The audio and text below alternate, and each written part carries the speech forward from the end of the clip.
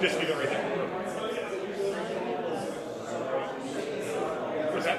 We can do the overall.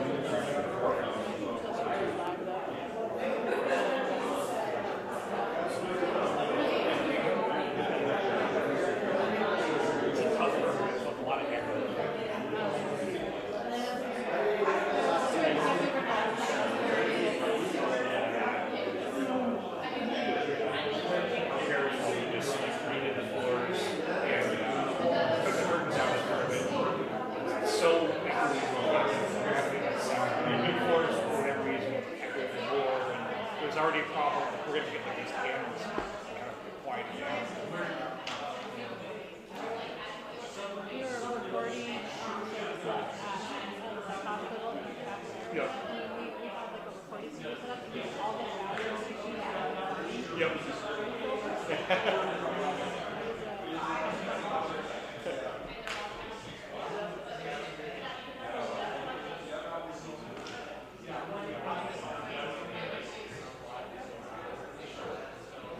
You want us to start at 11 or whenever he's ready? Yeah, I'm going to stay here. Like Sally will say something. Oh, okay. Well, I think we'd be on schedule. Oh, you don't. I didn't know how to gauge what you were trying to make happen, so I was like, Susanna attached. We got to follow her. God help you. That's a carefully calculated 5 to 7 minutes where you're like, actually, we're going to say 5 to 7 pretty much. Yeah.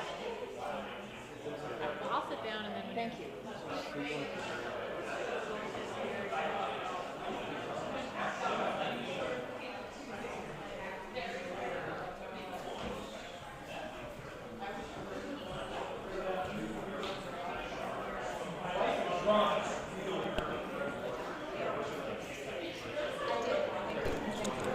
We got it. Some right away.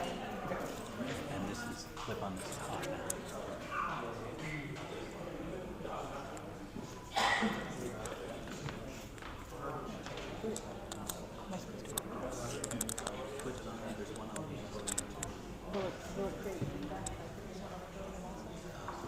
No, I'm supposed to wear this? It's really and the other folks.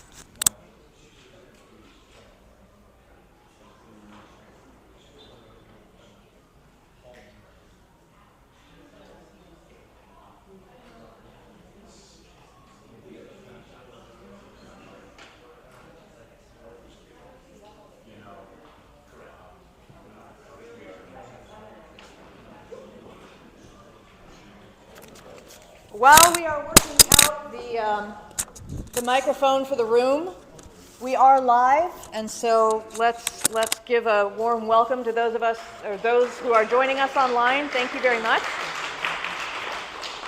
And until they get this microphone up and running, I'm just going to project as best I can, but that's why I asked y'all to move up front. Here are our beautiful graduation certificates, as I said, suitable for framing. So if I could have Tammy and Mike and Lisa come up front. Now's the time to hum Pomp and Circumstance. What was the last one you wrote? Right? Thank you.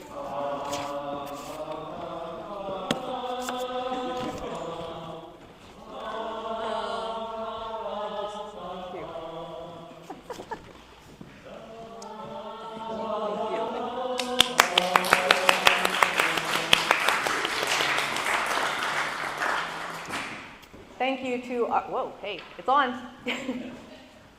Thank you to our fresh starters and again to all of you who supported them. And I would ask at this time for Bishop-elect Sally to come and say a few words.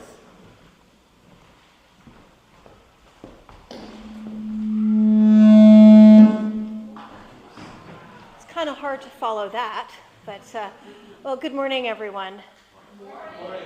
What a joy and delight it is to see so many folks here today, to know that there's a small class for this year, but it looks like next year or in the following years there's even larger classes. That's part of the COVID situation unfolding. But I'm grateful to the work and ministry you all share, and trying to find the exact microphone spacing here. It's not you, they're working on it. Okay. John, can you put it in until the bishop-elect's finished speaking? And, yeah, because we're getting feedback. Thank you, sir. Thank you. So I am so excited to be joining with you in this work, both as you settle into the congregations you've now been serving for a period of time, and as those who continue in Fresh Start are continuing to build that community and those connections together. And I'm eager to learn the ways that we'll be able to extend. This isn't the end of something, it's the beginning of new connections beyond. So that is wonderful and delightful. Just a quick couple of announcements that I'd love to share with you. One is that we are soon we will be hiring, as in later today, a couple of positions are going to be posted on the diocesan website.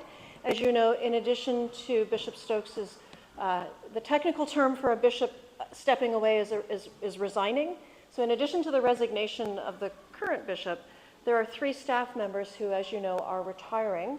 And we are working, I realized on day number 2 in the office how much Marianne Rhodes does to keep things moving on all levels in the diocese. It's not just diocesan house, it's everywhere and everything.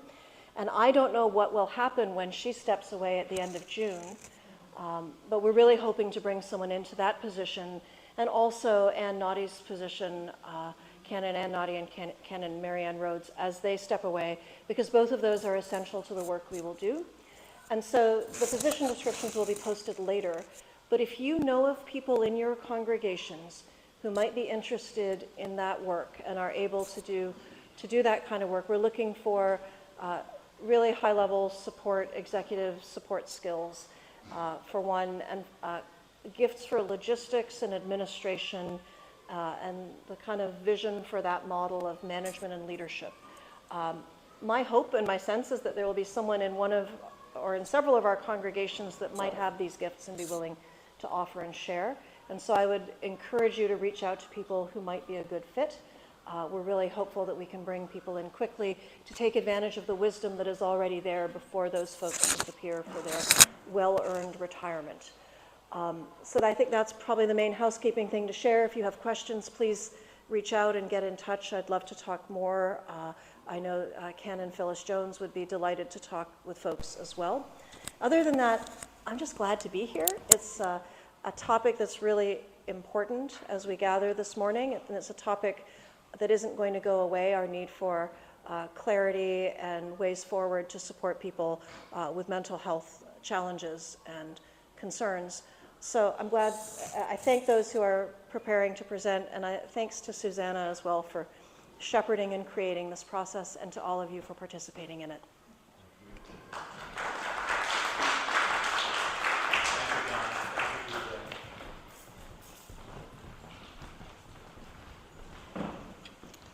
Good morning. My name is Greg Wilson. I'm the vicar at Trinity Swedesboro. I'm also a licensed clinical social worker in private practice, and I'm coming to you on behalf of the Pastoral Mental and Spiritual Health Committee, which is a brand new committee within the diocese here. And I have 2 of my colleagues. I'll introduce themselves in a moment. We're going to talk to you a little bit about mental health issues that you might encounter in a pastoral setting. So we're going to start off talking a little bit about what are some of the broad categories of mental health matters that you might encounter in a congregation. We're going to talk a little bit about boundaries, and then we're going to talk about self-care as well. This may not be new information to you, but it's good information. It's always good to get a revisiting of some of these important matters that come up on a pretty regular basis within a congregation. So let me hand it over to Ali Van Quicken. I'll let her introduce herself and begin with the first part of our presentation. Thank you. Good morning. I'm Ali Van Kuiken. You've heard my name pronounced 3 different ways this morning. Take your pick, but I pronounce it Van Kuiken. My full name is Alexandra. In case you see my name somewhere, that's me. I have been a priest in this diocese, and at all, since 2015. And I have no formal training in psychology. Never even taken a Psych 101 class. I've had all my training in mental health and psych on the job at psych hospitals. So I did my first internship of chaplaincy at Trenton Psychiatric Hospital 11 years ago. And I love pastoral care and the CPE process so much, I just could not stop. And I continued with internships at Capitol Health here in Trenton and a residency in Trenton. And I've been working at Trenton Psychiatric Hospital as a contract employee on and off, and worked for 4 years at Ann Klein Forensic Center, which is a psychiatric forensic hospital, also here in Trenton. And 1 year at Capitol Health, and now I'm back at Trenton Psych, full-time, where I've been for about 2 years now.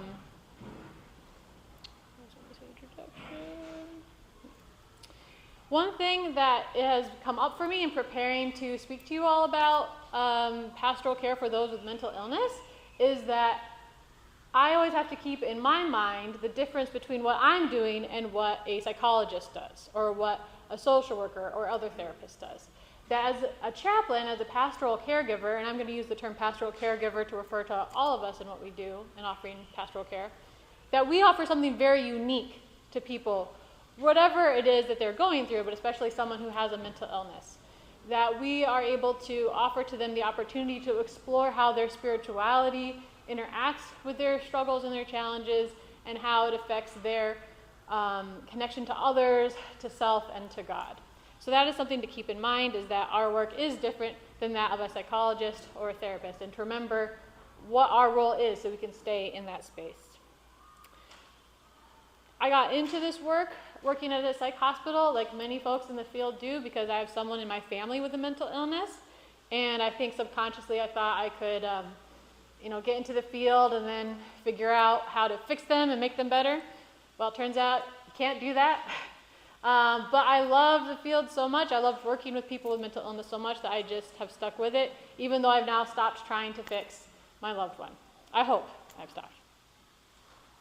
If you want to know why I do chaplaincy or why I work in this field, feel free to ask me later. I'd be happy to talk more about what I love about it.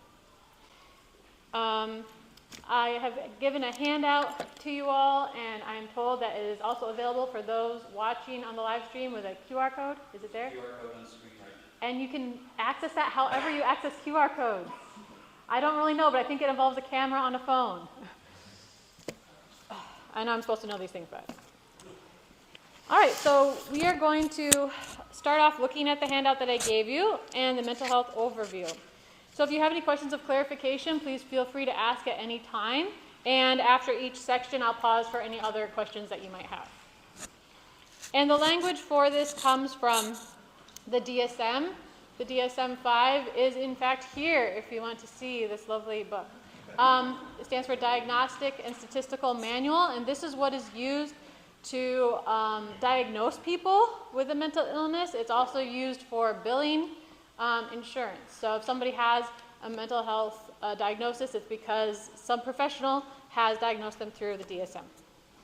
So mood disorders are psychiatric illnesses characterized by change in mood severe enough to interfere with daily functioning. So something important to note about any major mental illness is that it interferes with daily functioning. It's something that gets in the way of somebody being able to do their day-to-day activities. So we have major depression here as a common mood disorder, characterized by prolonged episodes of sad, empty, or irritable mood, accompanied by somatic, which is bodily, and cognitive changes that significantly affect an individual's ability to function. I think some interesting things about this is that it's not just sadness. A lot of times we associate depression with sadness, but it can be feelings of emptiness or irritability.